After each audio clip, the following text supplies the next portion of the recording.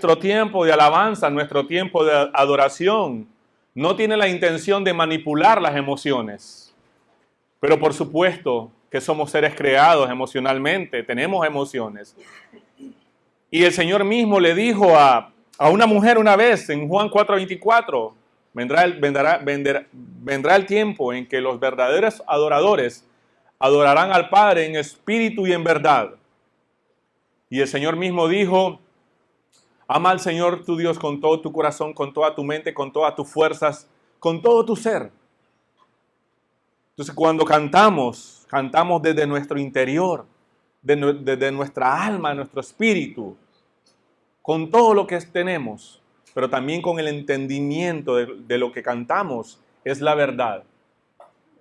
Entonces, espero que ustedes, iglesia, estén cada día más emocionados, convencidos de que lo que estás cantando es la verdad. Y que tus convicciones, que tu fe te lleve a la adoración. Porque si no adoras aquí en la tierra, ¿para qué vas a ir al cielo? Si allá lo único que vamos a hacer es adorar al Señor.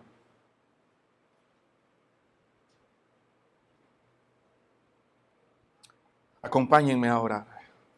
Padre, gracias por tu amor y tu bondad. Gracias por tu Hijo Jesucristo que sin vergüenza abrió sus brazos para morir en una cruz por mis pecados. Y nosotros te cantamos a ti, Señor. Le cantamos a nuestro Señor Jesús porque Él es digno.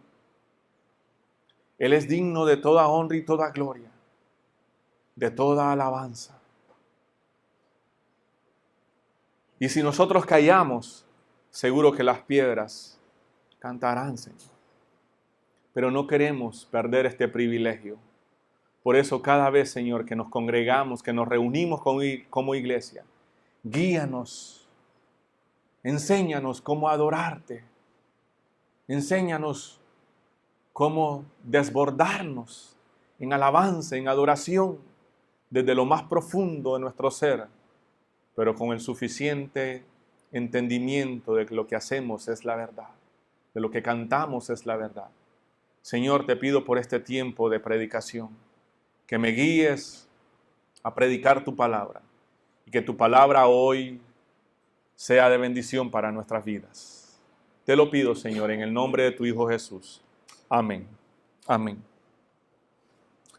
Hoy es la última prédica de la serie de la primera carta que escribe el apóstol Juan. El estudio de esta carta sin duda nos ha sido de mucha bendición para todos nosotros. Hemos visto cómo Juan expone los puntos fundamentales de la fe cristiana.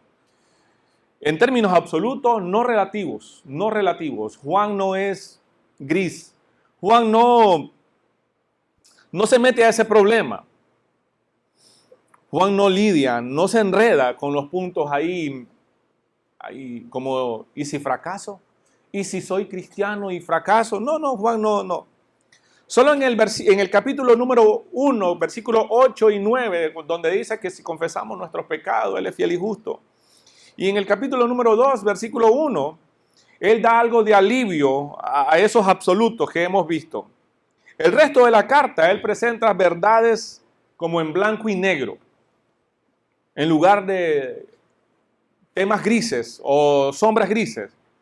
Mire cómo Juan hace en contraste en la mayoría de su carta. Hoy vamos a ver desde el capítulo número 1 hasta el capítulo número 5. Entonces vamos a tener 5 horas de predicación. No es cierto, vamos a hacer un resumen. Él dice, o es luz o es oscuridad. Eso está en el capítulo número 1, versículo 5, capítulo número 2, versículo número 8. O es verdad o es mentira. Capítulo número 2, versículo 21. En el capítulo número 4, versículo número 1. ¿Son hijos de Dios o son hijos del diablo? Eso está en 3:10. Estamos estudiando la primera carta, primera de Juan. Todos los versos que voy a mencionar o los capítulos están en primera de Juan, para los que anotan. Entonces Juan está diciendo, en pocas palabras, o parafraseando un poco, aquellos que dicen ser cristianos deben demostrar de manera absoluta sus características o las características de un verdadero o genuino cristianismo. Y si me he visto así y si ando en tal lugar, no. Juan no pelea con eso. Él tira una línea y dice, los que están a este lado, los que se comportan, los que viven de esta manera, son hijos de Dios. Y los que hacen esto y esto, los que se comportan de esta manera, los que viven de esta manera, no son hijos de Dios. Así. Entonces, esto va a ser como un pequeño examen que es necesario. Y estoy seguro que a nadie le gustan los exámenes. Algunos de ustedes, algunos de nosotros ya pasamos el tiempo de examen en el colegio, ¿no? Algunos otros no. Mi hijo mayor les encantan los exámenes, aunque él se pone un poco nervioso, pero él les encantan los exámenes. Y aquí ahí está, él tiene un poco de vergüenza que lo mencione siempre, pero sí le gustan. Es un joven muy inteligente y es cierto. Estamos orgullosos de él. Algunas veces necesita así también sus buenos consejos, ¿verdad? Entonces, pero por lo general no nos gustan los exámenes, como que nos pongan a prueba, no nos gusta. Pero esta mañana vamos a hacer eso. Entonces vamos a hablar de los fundamentos de mi fe o las características de una fe genuina. ¿Cuáles son los fundamentos de mi fe? ¿Cuáles son los fundamentos, las características de una fe genuina? Entonces vamos a ir viendo eso. Entonces Juan está diciendo, aquellos que dicen ser cristianos deben de demostrar de manera absoluta o genuina las características de su fe. Por ejemplo, una sana doctrina, una obediencia humilde y un amor desinteresado. De esas cosas está hablando Juan en toda su carta. Dice, aquellos que han nacido de nuevo verdaderamente han recibido una nueva naturaleza, la cual da evidencia de sí misma. Entonces la nueva naturaleza naturalmente es visible. El Señor mismo Jesús dijo, por sus frutos los conoceréis. Pero aquellos que no demuestran las características de la nueva naturaleza, no la tienen. No vamos a obligar, no vamos a forzar a alguien a comportarse como un cristiano cuando no es un cristiano. No me diga que va a adoptar un cachorrito, un leoncito ahí y lo va a volver vegetariano. No, su naturaleza es ser carnívoro. Entonces, aquellos que no demuestran las características de la nueva naturaleza es porque no la tienen. Por lo tanto, no han nacido de nuevo. O sea, no se engañen, dice Juan. Entonces, hoy veremos bastante rápido 4 grandes temas de esta primera carta. Es como un resumen. Vamos a ver los fundamentos de mi fe. Haremos un tipo de examen, le dije, ¿verdad? Vamos a examinarnos a nosotros mismos. Y ciertamente hay como 4 tipos de cristianos, así como hay 4 tipos de estudiantes.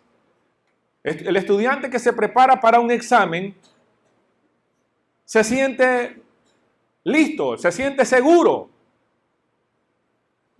para el examen. Y estudió y va al examen y saca los 100 puntos del examen. Hay otro tipo de estudiante que se siente seguro, hace el examen y saca solo 10 puntos. Hay otro tipo de estudiante que se siente nervioso, inseguro, pero ha estudiado. Él ha estudiado, pero se siente inseguro.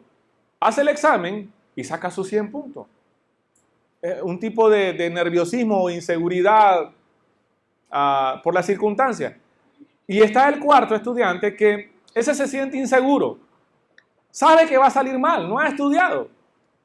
Y está consciente. Y realmente sí, sale mal. Así hay cristianos también. Hay cristianos que se sienten seguros de su fe, de sus convicciones, su forma de vivir es correcta. Y realmente sí, se presentaron delante del Señor y fueron pasados. Hay otro tipo de cristiano que es un cristiano, pero se siente, dije inseguro el primero, ¿verdad? Inseguro. Entonces este se siente seguro vive conforme Dios manda y también. El primero se sentía un poco inseguro ahí, nervioso por todas las cosas, las circunstancias, pero sí, realmente era un cristiano. El segundo, también, a cómo se sentía y vivía. Y está el otro, que se siente seguro de su vida cristiana, su forma de vivir no es congruente, y realmente un día se presenta delante del Señor y realmente no era nada. Más bien recibió castigo.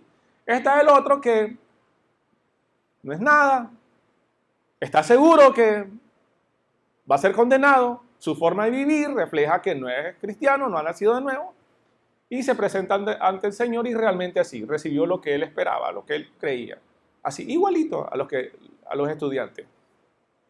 Pero miremos entonces estos fundamentos. Miremos el que nos enseña primeramente el capítulo número 1, comunión con Dios. Comunión con Dios nos habla Juan. Mira el versículo número 1 del primer capítulo. Los ancianos, dice, les anunciamos al que existe desde el principio, a quien hemos visto y oído, lo vimos con nuestros propios ojos y lo tocamos con nuestras propias manos. Él es la palabra de vida, Él es quien es la vida misma. Nos fue revelado y nosotros lo vimos. No nos están contando cuentos, dice Juan. Le estamos anunciando al mismo con quien nosotros anduvimos, tocamos y oímos con nuestras propias manos, nuestros propios oídos. No le estamos contando un testimonio secundario. No. Yo anduve con él. A ese les anunciamos, dice. Entonces, el versículo número 3, el 2 y el 3 dice, a quien es la vida misma nos fue revelado. Nosotros lo vimos y ahora testificamos y anunciamos a ustedes que Él es la vida eterna. Estaba con el Padre y luego nos fue revelado. Escuche bien, les anunciamos lo que nosotros mismos hemos visto y oído. El propósito de Juan, de la carta aquí, versículo número 3, para que ustedes tengan comunión con Dios, y nuestra comunión es con el Padre y con su Hijo Jesucristo. Escribimos estas cosas una vez más para que ustedes puedan participar plenamente de nuestra alegría. Entonces Juan está enfatizando acá la importancia de tener una relación personal, una relación cercana, basada en el amor y la obediencia por medio de Jesucristo. Por ejemplo, lo que leí, el versículo número 3 y 4. Juan resalta acá la comunión con Dios y con otros creyentes más adelante. Él dice que es una fuente de gozo. Entonces no es posible estar en comunión con Dios si no estoy en comunión con Cristo. Nadie viene al Padre si no es a través de mí, dijo Jesús, ¿sí o no? Por ahí empecemos entonces.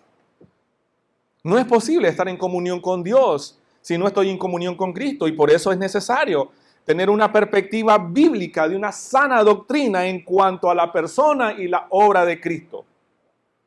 Es necesario, entonces, por eso es que Juan comienza su carta acá, revelando, anunciando, haciendo un tipo de apologética o un tipo de defensa de quién es Jesús. Entonces, es fundamental abrazar una sana doctrina, nos está diciendo Juan. Para tener comunión con Dios es necesario abrazar la sana doctrina. Debo entonces de tener una perspectiva bíblica de Cristo. La sana doctrina es eso, tener una perspectiva bíblica de Cristo. Juan ya lo está diciendo desde el versículo número 1 hasta el versículo número 4 del primer capítulo. Y por supuesto tener una perspectiva bíblica del pecado. Miren, yo puedo tener una perspectiva de quién es Cristo, el Hijo de Dios. Pero si yo no tengo una correcta o una perspectiva bíblica acerca del pecado, yo no voy a creer en Jesús como mi Salvador, o como el Salvador, o como el Mesías, el Cristo, el prometido por Dios, el Padre, como el sacrificio por mis pecados. O yo puedo creer todo eso de Cristo, pero yo puedo creer también, bueno, yo no soy tan pecador. Yo no sé ni por qué Cristo vino a morir en una cruz y no había necesidad. Bueno, Él murió porque Él quería. Yo no le pedí que muriera por mí. Entonces, para tener comunión con Dios, yo necesito tener, o primero, abrazar la sana doctrina. ¿Qué significa esto? Tener una perspectiva bíblica de la persona y la obra de Cristo y tener una perspectiva bíblica del pecado. ¿Quién es Cristo? Ya lo hemos visto, ¿verdad? Varias veces. ¿Qué es el pecado? En términos sencillos, es no dar en el blanco, es fallar. Es ir en contra de la ley moral de Dios. El pecado es todo aquello que va en contra de lo que Dios ha dicho que es bueno. Entonces la vida cristiana es incompatible con la práctica del pecado. No puedo decir que soy cristiano si practico el pecado. Mire lo que dice el capítulo número 3, versículo 4. Todo el que peca viola la ley de Dios, porque todo pecado va en contra de la ley de Dios. Y ustedes saben que Jesús vino para quitar nuestro pecado y en Él no hay pecado. Todo el que siga viviendo en Él no peca o no pecará. Pero todo el que sigue pecando no le conoce ni entiende quién es Él. No hay congruencia en decir, soy un cristiano y vivo practicando el pecado. Pastor, ¿y qué es pecado? Todo aquello que usted sabe que es correcto, que es bueno para hacer y no lo hace. Eso es pecado. Pastor, pero yo, honestamente, yo no soy un teólogo, yo no soy una teóloga, yo no sé tanto de Biblia. Pero usted, estoy seguro que sabe suficiente acerca de la Biblia, acerca de Dios, acerca de la voluntad de Dios como para comenzar a obedecer. Entonces ninguno acá es inocente. Por eso dejamos acá de 13 años, de 12 años ya dejamos, ¿verdad? Acá a los jóvenes, a los jovencitos. Porque creemos que ellos con 12 años ya tienen suficiente capacidad como para razonar, como para discernir lo que acá se dice en la prédica. Entonces, la comunión con Dios implica caminar en la luz, como se llama la serie de prédicas que empezamos hace 3, 4 meses. Caminar en la luz, caminar en la verdad, caminar en el amor de Cristo. Mire lo que dice el capítulo número 1, versículo 7. Si vivimos en la luz, así como Dios está en la luz, entonces tenemos comunión unos con otros y la sangre de Jesús, su Hijo, nos limpia de todo pecado. Ahí está. ¿Cómo se cultiva una vida de comunión con Dios? Usted lo sabe, por medio de una relación íntima con Dios, a través de Cristo, a través de la oración, a través de la lectura de su palabra. Entre más leo su palabra, más mi vida se amoldea, se asemeja a lo que Dios quiere. Entre más leo la palabra de Dios, más conozco a mi Señor. Otra de las formas es participando activamente en la comunidad de fe, o sea, en la iglesia. No queremos que usted venga acá como si tal viene a misa. ¿Cuántos años tienen de este? Vamos a cumplir 10 años en la iglesia. Algunos de ustedes tienen 2, 3, 4, 5, algunos tienen 8, algunos tienen 10 años de estar acá. Algunos tienen algunos meses. Algunos de ustedes ya deberían de estar enseñando. Algunos de ustedes ya deberían de estar comprometidos. Pero algunos son visitas frecuentes. Simpatizan con la iglesia, pero no hay un compromiso. Y entiendo, pues, las personas que están viniendo, que tienen 1 mes, 2 meses, 2, 3 veces, nos alegran muchísimo, sí, para eso es. Miren que las puertas del salón es grande. Bienvenido, bienvenida. Claro que sí, nos alegra muchísimo recibirles.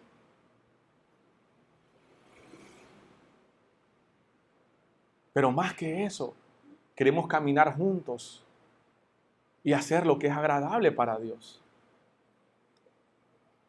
Ahora, entendiendo esto, ¿verdad? Acerca de la comunión con Dios, entendiendo y abrazando una sana doctrina, necesito tener una vida en Cristo. Una vida en Cristo, nos dice Juan. Vida en Cristo. Mire, 2:6, capítulo 2, versículo 6. Los que dicen que viven en Dios deben vivir como Jesús vivió. Aquí en Juan 2:6, esto significa que aquellos que afirman estar en Cristo deben de vivir de acuerdo con su ejemplo, con sus enseñanzas, mostrando así una autenticidad como seguidores de Cristo. Juan acá enfatiza la necesidad de vivir una vida conforme con los mandamientos de Dios, con los mandamientos de Cristo, demostrando así una verdadera fe. Mire lo que dice Gálatas 3:26 al 28. Gálatas 3:26, 28. Pues todos ustedes son hijos de Dios por la fe en Cristo Jesús. Y todos los que fueron unidos a Cristo en el bautismo se han puesto a Cristo como si le pusieran ropa nueva. Ya no hay judío, ni gentil, ni esclavo, ni libre, hombre ni mujer, porque todos ustedes son uno en Cristo Jesús. Y ahora que pertenecen a Cristo, son verdaderos hijos de Abraham. Son sus herederos y promesa de Dios a Abraham, y la promesa de Dios a Abraham les pertenece a ustedes. Pablo acá nos está dando una idea de la frase en Cristo. Nos está describiendo lo que significa estar en Cristo y lo que eso significa, pues. Pablo está hablando a los cristianos aquí de Galacia, recordándoles su nueva identidad debido a que pusieron su fe en Jesucristo. Entonces, cuando respondemos al llamado del Espíritu Santo, Él nos sumerge, Él nos incluye o nos bautiza, pues esa es la palabra correcta aquí según la Biblia. Nos incluye en la familia de Dios. Entonces comenzamos a estar en Cristo. Estar en Cristo significa que hemos aceptado su sacrificio como el pago por nuestros pecados. Eso es. Palabras sencillas. Entonces la vida en Cristo demanda una vida moralmente obediente.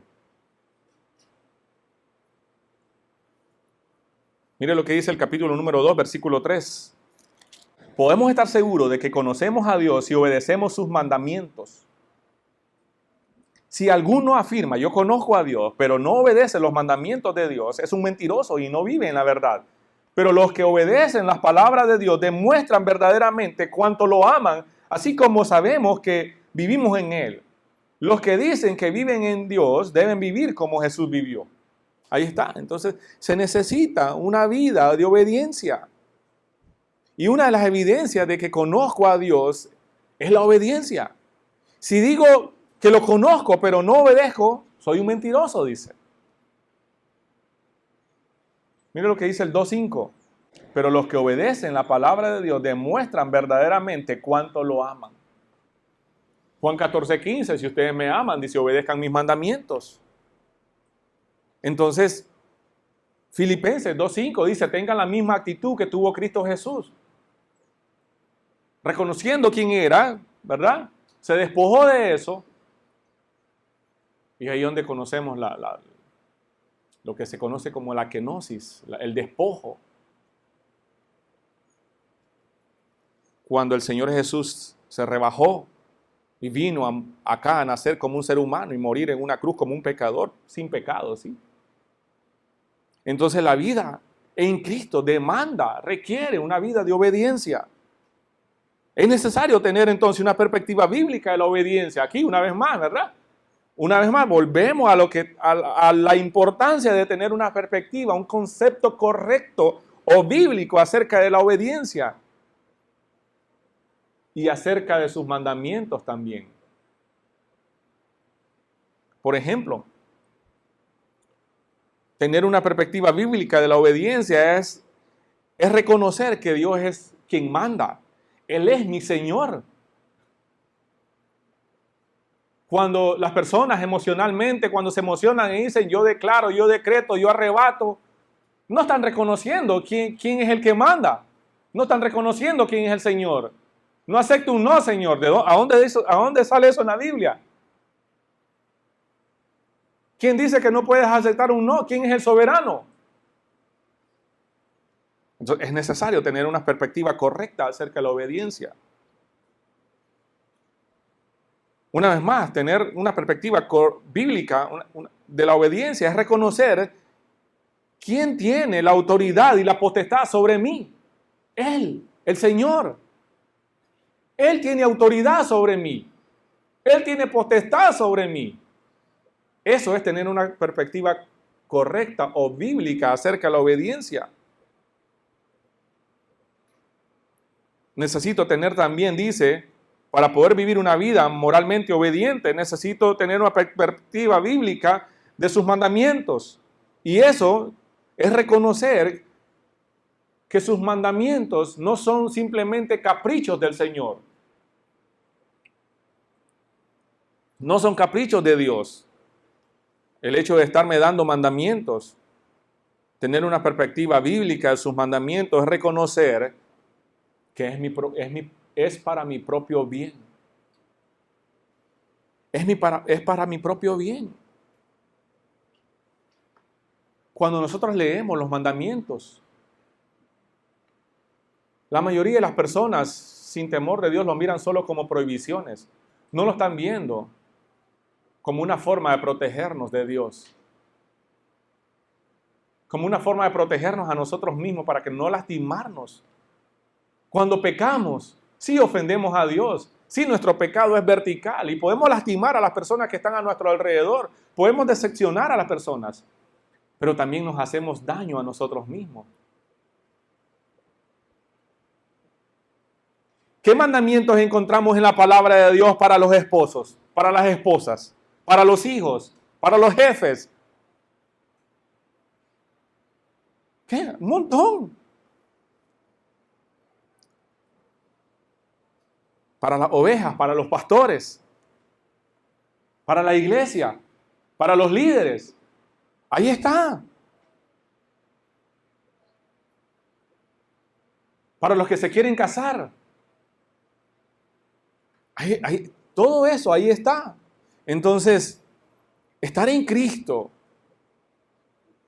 significa reconocer que tengo una posición especial delante de Dios, por supuesto. Pero la vida en Cristo también demanda. Tengo privilegios por estar en Cristo, ¿verdad? Pero también tengo deberes, porque eso demanda una vida de obediencia. Y para poder tener una vida de obediencia, primero debo reconocer quién es el Señor, quién debe mandar, quién manda, cuál es el orden. Debo reconocer el propósito de sus mandamientos. Otro de los fundamentos acá es el amor práctico por mis hermanos en la fe. Juan habla mucho sobre el amor entre los hermanos en la fe. Y Juan destaca acá que este amor debe ser genuino, debe demostrarse a través de las acciones concretas, no solo con palabras. Por ejemplo, en el 3:18, la Reina Valera dice, en la traducción Reina Valera, el 60, hijitos, no amemos de palabra ni de lengua, sino de hecho y en verdad. Cuando usted le dicen, le llega un mensaje, iglesia, oren por favor por esta situación. Grupo, oren por favor porque voy a hacer esto, voy a una entrevista de trabajo, estoy haciendo un trabajo, voy a hacer un examen, voy a operar. Y ahí nomasito, ¿verdad? Orando por esta petición, voy a orar. Le pregunto, ¿realmente ora en ese momento? Algunos sí, está bien, gracias por la sinceridad.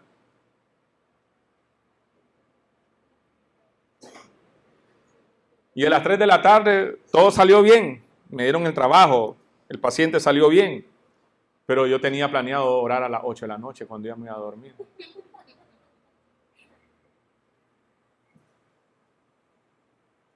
Entonces, no solo de palabras, sino de hechos. Y en verdad, Juan acá está enfatizando que el amor debe ser demostrado con acciones concretas, no solo con palabras vacías. Dice, estaba platicando con mi esposa esta semana, ella estaba escuchando algunas enseñanzas y platicábamos de eso, de que las palabras son importantes, ¿verdad? Pero dicen que un gesto dice mucho, más que muchas palabras. Pero también estábamos viendo en la enseñanza que una reacción, ¿verdad? Que una reacción puede decir mucho más que un gesto. ¿Cómo reaccionamos ante las actitudes de los demás?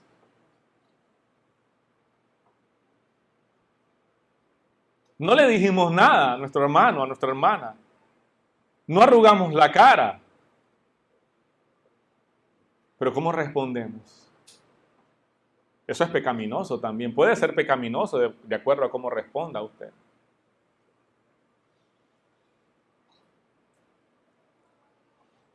Entonces es necesario tener una perspectiva bíblica del amor. Entonces, si vamos a amar a nuestros hermanos, necesito tener una perspectiva bíblica del amor. El amor no es solo sentir mariposas en el estómago cuando miro a fulano, sutano, a mi cónyuge. El amor, lo vimos algunas semanas atrás, está definido más allá de lo que nosotros podemos comprender, imaginar, más allá de los sentimientos. Mira lo que dice el 2:7, capítulo 2, versículo 7. Queridos amigos, les escribo un mandamiento nuevo. No les escribo un mandamiento nuevo, sino más bien uno antiguo que han tenido desde el principio. Ese mandamiento antiguo dice, ámense unos a otros. Es el mismo mensaje que oyeron antes. Sin embargo, también es un nuevo mandamiento. Jesús, la verdad, vivió la verdad de este mandamiento y ustedes también la viven. Pues la oscuridad está desapareciendo y la luz brilla ya, la luz verdadera. Si alguien afirma, vivo en la luz, pero odia a su hermano en Cristo, esa persona aún vive en la oscuridad. El que ama a su hermano vive en la luz y no hace que otros tropiecen. Pero el que odia a su hermano todavía vive y camina en la oscuridad. No sabe por dónde ir, pues la oscuridad lo ha cegado. ¿Puede ver acá? Está hablando de un tipo de amor ágape, desinteresado, un amor sacrificial también. El amor de Dios el amor que Dios requiere, ¿verdad? Un amor entre hermanos acá, eso está diciendo. Un amor entre hermanos. Pero hay un tipo de amor que Dios odia, el amor al mundo. El amor al mundo. Entonces hemos hablado bastante y sabemos que hay entre nosotros hermanos que son fáciles de amar, pero algunos son difíciles, ¿verdad? De amar. Y yo le pregunto a usted, ¿usted cómo es? ¿Usted es uno de los que son fáciles o de los que son difíciles de amar? Usted, no vuelva a ver al que está al lado, ¿verdad? ¿Usted es fácil de amar o es difícil de amar? ¿En qué grupo está usted? ¿Y qué está haciendo por amar o mostrar amor a los que son difíciles? Yo les voy a dejar una tarea. Esta semana busque a los que son un poco difíciles de amar. Tal vez se va a buscar usted mismo. Cuidado. No estoy, porque si alguien lo busca a usted, posiblemente va a decir, yo soy el difícil de amar. No, esta semana, trate de mostrar un amor práctico por sus hermanos en la fe. Algo concreto. No sé, puede ser tomarse un café juntos, puede ser algún presente, algo, una conversación, una buena conversación, un buen tiempo. Sí, creo que no estamos haciendo lo suficiente. No estamos haciendo lo suficiente para demostrarnos verdadero amor entre nosotros? ¿O sí estás haciendo lo suficiente? No, no estás haciendo lo suficiente. Puedes hacer algo aún más todavía. Pero también Dios nos manda a no amar todo. No amar todo. Él manda que no amemos al mundo. Ese es el amor que Dios odia. Las cosas, los valores, el sistema, la sociedad, los valores y lo que la sociedad empuja. Lo que la gente llama bueno y que Dios dice que es malo. Eso dice que no amemos. Romanos 12:2 dice que no imiten las costumbres de este mundo. No imiten las costumbres de este mundo. Más bien, dejen que Dios los transforme en personas nuevas al cambiar la manera de pensar.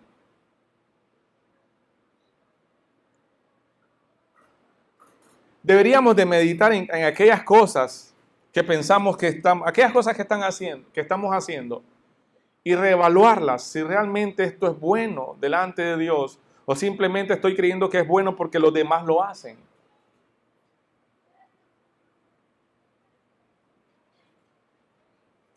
Hoy en día, para muchos, la forma de criar para los hijos es la forma que los psicólogos dicen. Y no estoy en contra, si hay alguien aquí que practica o la ciencia o la práctica, la psicología, como una forma de entender al hombre está bien, pero como una forma de aconsejar al hombre no es la mejor manera.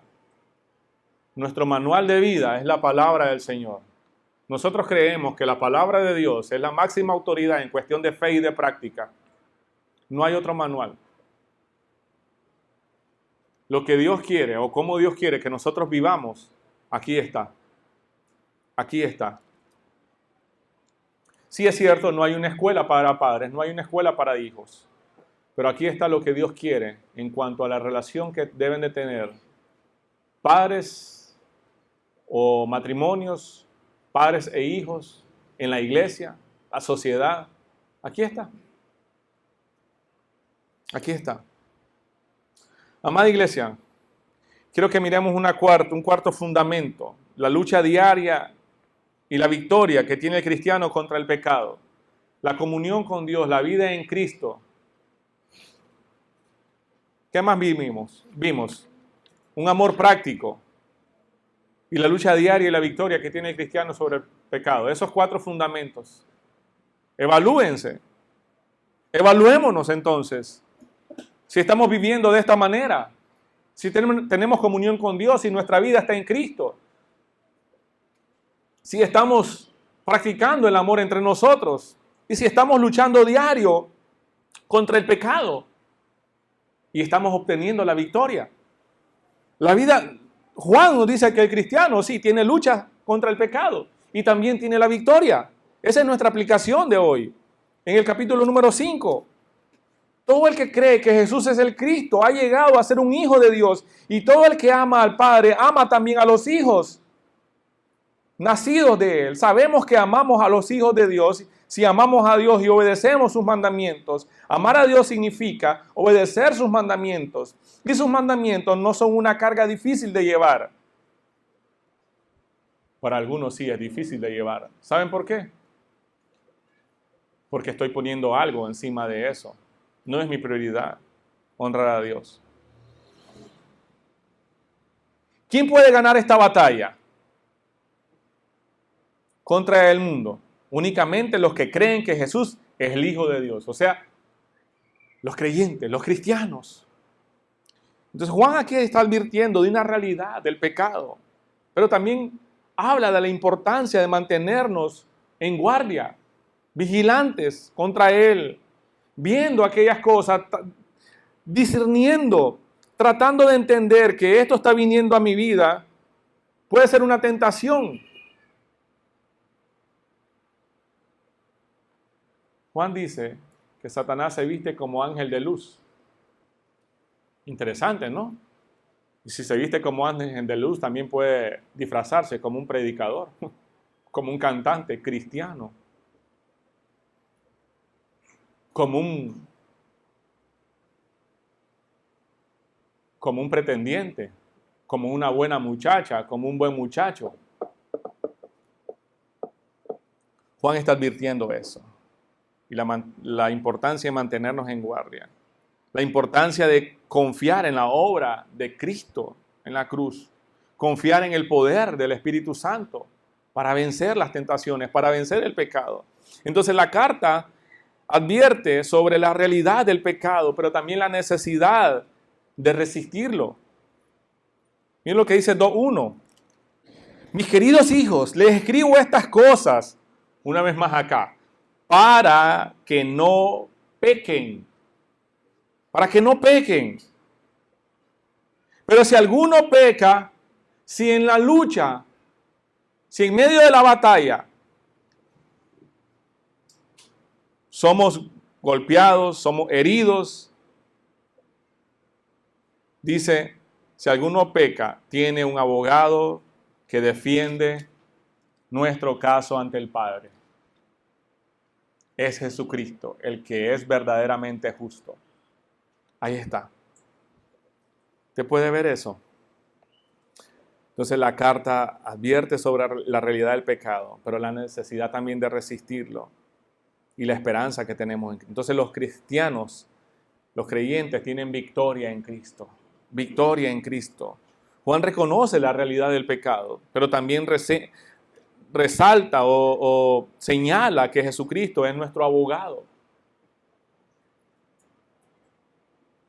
Y nos capacita para resistir y vencer el pecado mediante su gracia, mediante su poder. No sé si ustedes han escuchado la frase que una iglesia sin madre es una iglesia huérfana. Suena, ¿verdad? No sé si ustedes han escuchado eso, pero en mi comunidad, ahí alrededores, hacen algunas actividades y suena bastante eso. Pero dice que Jesús, hablando con sus discípulos,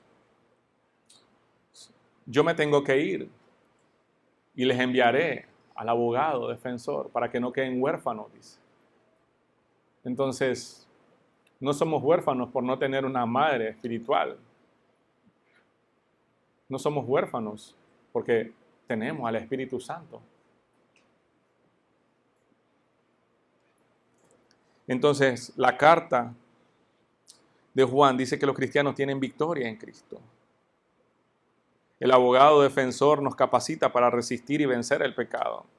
Entonces, debido a lo que Cristo hizo en la cruz, por su pueblo, los cristianos deberían ser las personas más alegres, con más esperanza. Sin embargo, hay muchos cristianos, ¿no?, que viven tristes, afligidos, estresados, amargados, preocupados, endeudados, porque quieren tener lo que los demás tienen.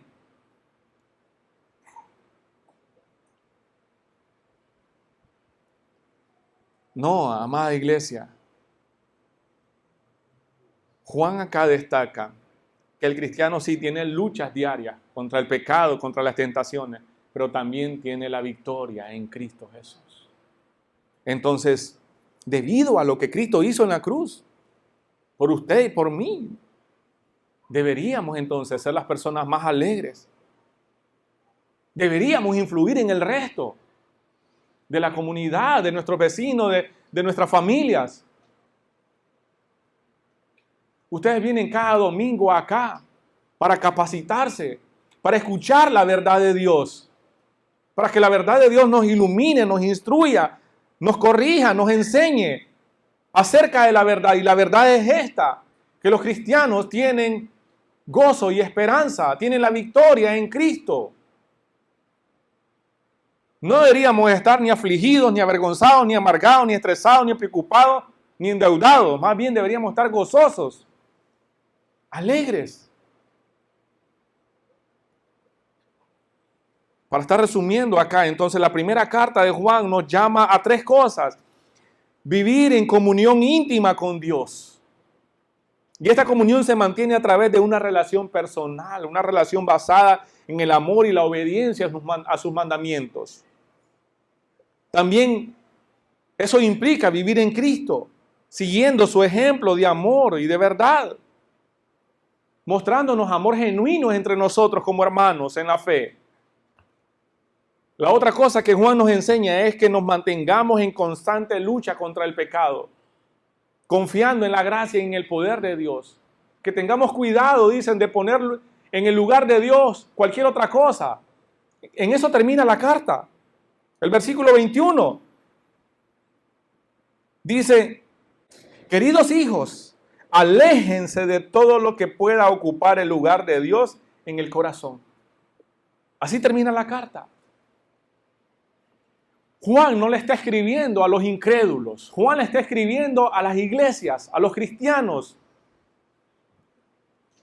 para que si estás en relación correcta con Dios, si tienes comunión, vive así, sigue practicando así, pero si eres un cristiano y tienes duda de tu fe, debes disipar esta fe a través de la verdad.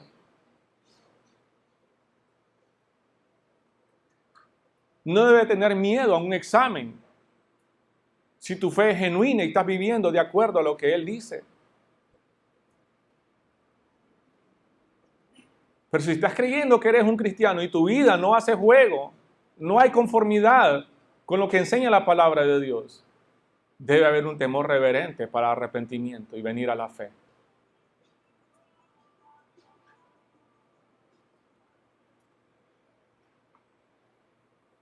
Podemos buscar una relación cercana con Dios a través de la oración, a través de la lectura de sus palabras. Vivir conforme a los principios de Cristo en todas nuestras áreas.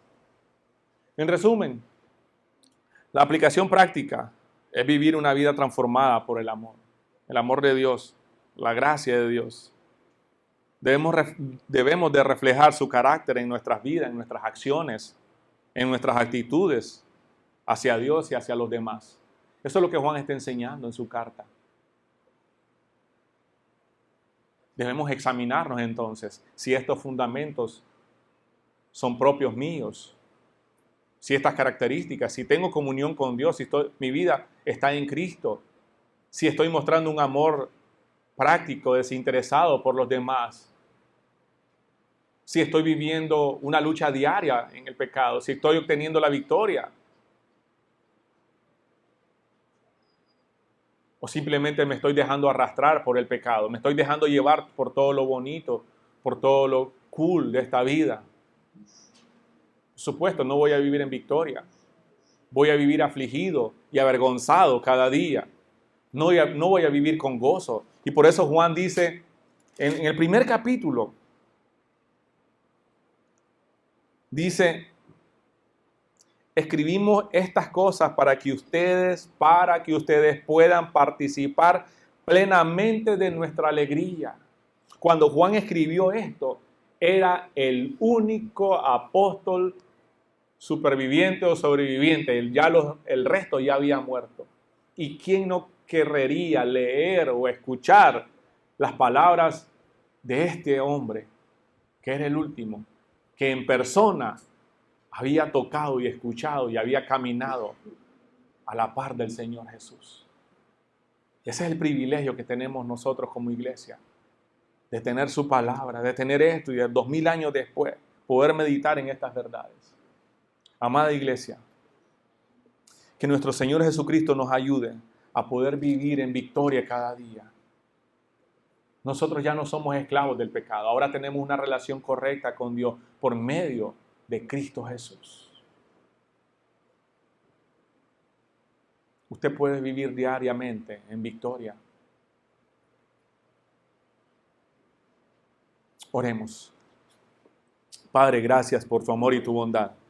Señor, en el nombre de tu Hijo Jesús, te damos gracias, Señor, por tu palabra.